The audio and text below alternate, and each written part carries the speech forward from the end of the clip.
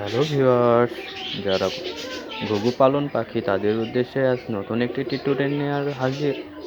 আহ, যে ঘুঘু পাখিকে কেন সরিষা খাওয়াবেন সেই বিষয়ে আজকে নতুন ভিডিও। তবে ইতিমধ্যে আমার চ্যানেলে যারা নতুন সবাই সাবস্ক্রাইব করুন এবং বেল আইকনটা বাজিয়ে রাখুন, যেন নতুন নতুন ভিডিও আপনাদেরকে পৌঁছে দিতে পারি।